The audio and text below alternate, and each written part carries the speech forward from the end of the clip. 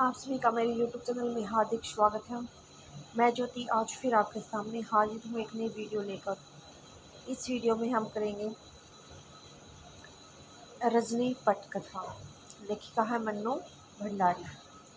चलिए सबसे पहले हम देखते हैं मन्नू भंडारी का जीवन परिचय। मन्नू भंडारी का जन्म 1931 में भानपुरा मध्य प्रदेश में हुआ था। इनकी प्रमुख पटकथाएं हैं रजनी, निर्मला, स्वामी, दर्पण। और इनकी प्रमुख रचनाएं हैं जिसमें एक कहानी संग्रह है, एक ब्लैक सैलाब में हार गई, 3 निगाहों की तस्वीर, यही सच है, त्रिशंकु को आंखों देखा झूठ। और इन्होंने एक उपन्यास जो इन्होंने लिखे हैं वे हैं आपका बंटी, महाभोज, स्वामी। और इन्होंने एक उपन्यास अपने पति राजेंद्र यादव के साथ लिखा, वो है 1 इंच मुस्कान।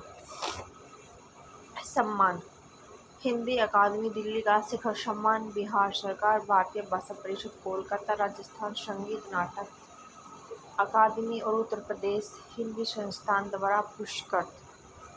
मन्नू भंडारी हिंदी कहानी में उस समय सक्रिय हुई जब नई कहानी आंदोलन अपने उठान पर था। इस कहानी आंदोलन में जो नया मोड़ आया उसमें मन्नू भंडारी जी का विशेष योगदान रहा। उनकी कहानियों में कहीं पारिवारिक जीवन, कहीं नारी जीवन, कहीं समाज के विभिन्न वर्गों के जीवन की विसंगतियाँ विशेष आत्मीय अंदाज में अभिव्यक्त हुई हैं। उन्होंने संकोच, आक्रोश, व्यंग्य, संवेदना को मनोवैज्ञानिक रचनात्मक आधार दिया। वह चाहे कहानी हो, उपन्यास हो या फिर पटकथा ही क्यों न हो। या मन्नू भंडारी द्वारा लिखित एक पटकथा पढ़ने जा रहे हैं। पटकथा यानी एक पट या स्क्रीन के लिए लिखी गई वह कथा।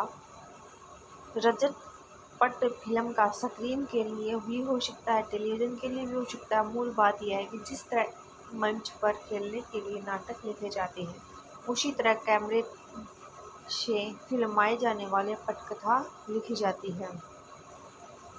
कोई लेखक किसी की भी दूसरी विधा में लेखन करके उतने लोगों तक अपनी बात नहीं पहुंचा सकता जितना कि पटकथा लेखन द्वारा, क्योंकि पटकथा शूट होने के बाद धारावाहिक या फिल्मों में लाख करोड़ों दर्शकों तक पहुंच जाती है। इस लोकप्रियता के चलते पटकथा लेखन की ओर लेखकों का भी पर्याप्त रुझान हुआ है और पत्र पत्रिकाओं तथा पुस्तकों में भी पटकथाएं छपने लगे। प्रस्तुत पाठ में रजनी धारावाहिक की एक कड़ी दी जा रही है। रजनी पिछली सदी के 90 दशक का एक बहुचर्चित टीवी धारावाहिक रहा है। यह वह समय था जब हम लोग और बुनियाद जैसे शो, ओपेरा, दूरदर्शन का भविष्य गढ़ रहे थे। वासु चटर्जी के निर्देशन में बने इस धारावाहिक की हर कड़ी अपने में स्वतंत्र और मुकम्मल होती थी और उन्हें आपस में गूंथने वाले सूत्र रजनी थी। हर कड़ी में यह जुझारू और इंसाफ पसंद स्त्री पात्र किसी न किसी सामाजिक राजनीतिक समस्या से जूझती नजर आती थी।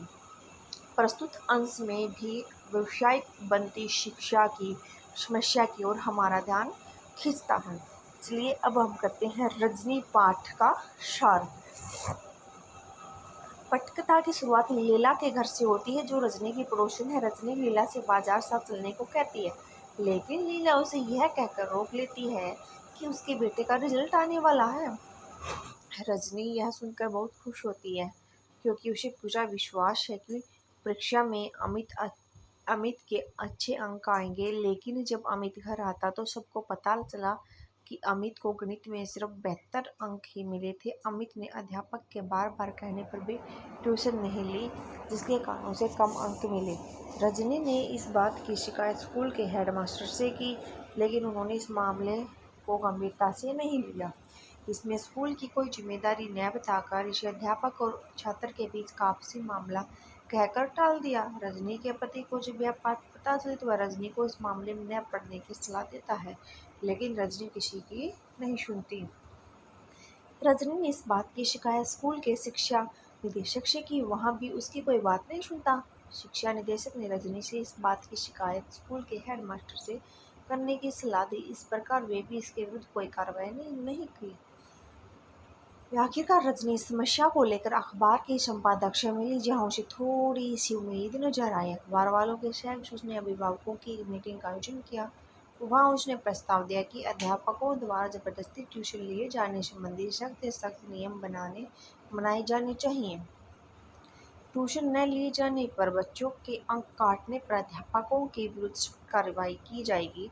बोर्ड रजनी के इस प्रस्ताव को मान लेता है। इस प्रकार रजनी ने जिस उद्देश्य के साथ यह आंदोलन शुरू किया उसमें सफल होती है।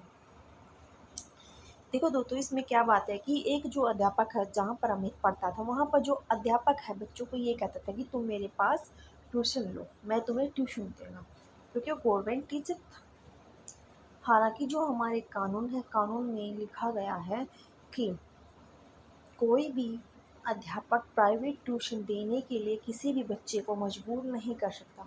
हाँ, ये बात है कि अगर बच्चे खुद अपनी मर्जी से अध्यापक के पास जाए कि सर थोड़ी बहुत हेल्प कर दो या हमें 1-2 घंटे पढ़ा दो, वो बात अलग है। लेकिन ज़बरदस्ती किसी की बच्चे को ये नहीं कह सकते कि तुम सिर्फ मेरे पास ट्यूशन लो, मैं तुम्हें ट्यूशन दूंगा, वरना अगर तुम मेरे पास ट्यूशन नहीं लोगे तो तुम्हारे अंक काट लेंगे। अगर ऐसा होता है तो हम उनकी शिकायत कर सकते हैं। ऐसा ही इसमें हुआ, उन्होंने अंक काट लिए। जब उनकी शिकायत हुई तो ये सुधरे भी है। ठीक है दोस्तों, आज हमने की रजनी पाठ के का सार छोटा सा रूप। अब हम अगली वीडियो में करने जा रहे हैं रजनी पटकथा की पूरी कहानी। धन्यवाद दोस्तों।